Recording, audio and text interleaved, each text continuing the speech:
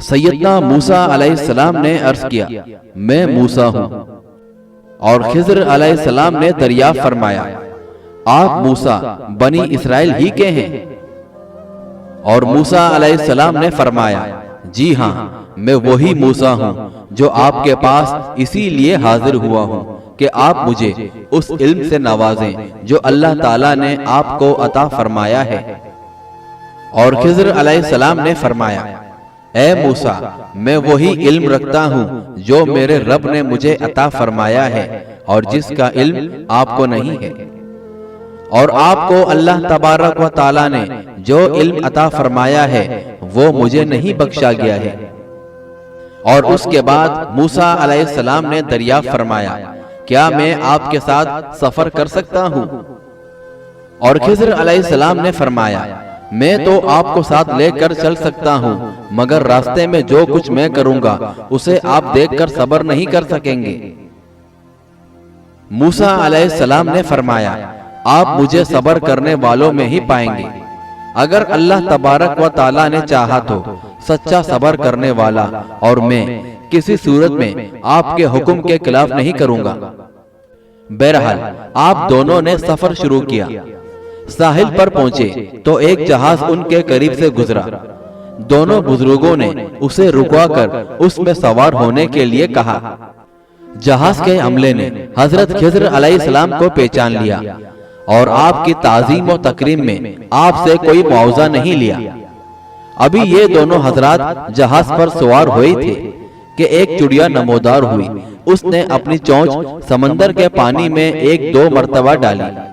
یہ دیکھ کر خضر علیہ السلام نے سیدنا موسیٰ علیہ السلام سے فرمایا اے موسیٰ میرا اور آپ کا علم مل کر بھی اللہ تبارک و تعالیٰ کے علم میں اتنی سی بھی کمی نہیں لا سکتا جتنا اس چڑیا کی چونچ میں آنے والے پانی سے اس سمندر کے پانی میں کمی ہو سکتی ہے۔ بہرحال سیدنا خضر علیہ السلام نے جہاز کی تہ کا ایک تختہ اکھاڑ لیا۔ یہ دیکھ کر سبھی بدحواس ہو گئے۔ سیدنا موسیٰ علیہ السلام نے پہلے تو دھیان نہیں دیا تھا، پھر جب تہ میں سوراخ ہو گیا تو حضرت موسیٰ علیہ السلام بول پڑے دیکھیے جہاز والوں نے ہم سے اب تک کرایہ بھی نہیں لیا ہے، آپ نے ان کے جہاز میں سوراخ کر دیا، سب مسافر ڈوب مریں گے۔ اس پر سیدنا خضر علیہ السلام نے فرمایا اے موسیٰ کیا میں نے آپ سے کہا نہیں تھا کہ آپ میرے ساتھ رہ کر صبر نہیں کر سکیں گے؟ اس پر موسیٰ علیہ السلام نے فرمایا برائے کرم مجھے معاف کر دیجئے، میں بھول گیا تھا۔ یہ سیدنا موسیٰ علیہ السلام کی پہلی بھول تھی۔ اب دونوں حضرات سمندر پار آ کر خشکی پر اتر گئے اور اپنا سفر جاری رکھا۔ ذرا آگے جا کر وہ چند بچوں کے پاس سے گزرے۔ حضرت خضر علیہ السلام نے ان میں سے ایک لڑکے کو پکڑ کر اس کا سر قلم کر دیا۔ یہ دیکھ کر حضرت موسیٰ علیہ السلام سے رہا نہ جا سکا۔ آپ نے فرمایا یہ آپ نے اس معصوم سے بچے کو کیوں مارا جس نے کسی کو مارا بھی نہیں تھا؟ اس پر حضرت خضر علیہ السلام نے پھر فرمایا کیا میں نے آپ سے کہا نہیں تھا کہ آپ میرے ساتھ رہ کر صبر سے کام نہیں لے سکیں گے؟ اس پر حضرت موسیٰ علیہ السلام نے فرمایا اگر اس کے بعد آپ سے میں کوئی سوال کروں تو آپ مجھے مزید اپنے ساتھ نہ لے چلیں۔ آپ اس سے قبل بھی مجھ سے ایک معافی قبول فرما چکے ہیں۔ اب دونوں حضرات آگے چلے اور ایک گاؤں پہنچے جہاں انہوں نے گاؤں والوں سے ان کے مہمان ہونے کی حیثیت سے کھانے کے لیے کچھ طلب فرمایا۔ اس پر ان لوگوں نے آپ دونوں کو کچھ بھی کھانے کو نہیں دیا۔ تب ہی انہوں نے دیکھا کہ قریب ہی ایک بوسیدہ دیوار ہے جو بس گرنے والی ہے۔ اس پر خضر علیہ السلام نے اس دیوار کو محض ایک ہاتھ لگا کر دوبارہ مستحکم کر کے کھڑا کر دیا۔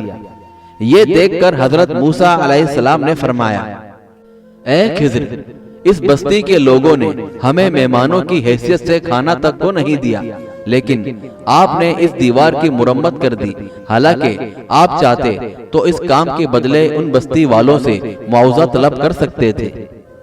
اس پر خضر علیہ السلام نے فرمایا اب ہم دونوں اپنے اپنے الگ راستوں پر چلتے ہیں، اور اس سے پہلے میں وضاحت کر دوں کہ میں نے اب تک جو کیا وہ کیوں کیا تھا اور اس میں کیا مصلحت تھی۔ ان لوگوں کے بارے میں آپ کا کیا خیال ہے کہ وہ بے گناہ تھے؟ سیدنا موسیٰ علیہ السلام پوری طرح حضرت خضر علیہ السلام کی طرف متوجہ ہو گئے، جو فرما رہے تھے، جہاں تک اس جہاز کا تعلق ہے، یہ ایسے غریب مزدور کا جہاز تھا جو سمندر میں محنت مزدوری کرتے تھے، اور ادھر جو بادشاہ ہے وہ ہر اس جہاز کو پکڑ لیتا ہے جو ادھر سے گزرتا ہے۔ لہذا میں نے جہاز میں ایسی خرابی پیدا کر دی کہ اسے دیکھ کر کوئی اس جہاز کو پکڑ بھی لے تو خود ہی چھوڑ دے گا۔ اس طرح میں نے دراصل ان غریب محنت کشوں کے جہاز کو بادشاہ کے کارندوں کے ہتھے چڑھ جانے سے بچا لیا۔ اب جہاں تک اس لڑکے کا تعلق ہے، اس کے ماں باپ نہایت نیک، متقی اور عبادت گزار لوگ تھے، لیکن اس لڑکے کے بارے میں خدشہ تھا کہ یہ ماں باپ کا نافرمان اور بد عقیدہ بن جائے گا۔ اور اب رہ گیا دیوار کا معاملہ، تو یہ اس بستی کے 2 یتیم بچوں کی تھی اور اس کے نیچے ان دونوں بچوں کے لیے ایک پورا خزانہ محفوظ تھا۔ ان بچوں کا باپ بھی نہایت عبادت گزار اور متقی شخص تھا، اور اللہ تعالیٰ چاہتا تھا کہ جب یہ دونوں بچے جوان ہو جائیں اور مضبوط ہو جائیں تو یہ خزانہ نکال کر اپنے کام میں لائیں۔ اور میں نے یہ سب کچھ اپنی مرضی سے نہیں کیا بلکہ اللہ کے حکم سے کیا ہے، اور یہ ساری وہ باتیں ہیں جن کی وضاحت میں کر رہا ہوں اور جن کی وجہ سے آپ کے ہاتھ سے صبر کا دامن چھوٹ جاتا تھا۔ بہرحال حضرت خضر علیہ السلام کے بارے میں اس وقت زندہ رہنے کے بارے میں جتنی بھی روایت اور اقوال ہیں وہ سب ضعیف، جھوٹ اور من گڑت کہانیاں ہیں، اور خضر علیہ السلام اس وقت زندہ نہیں ہیں۔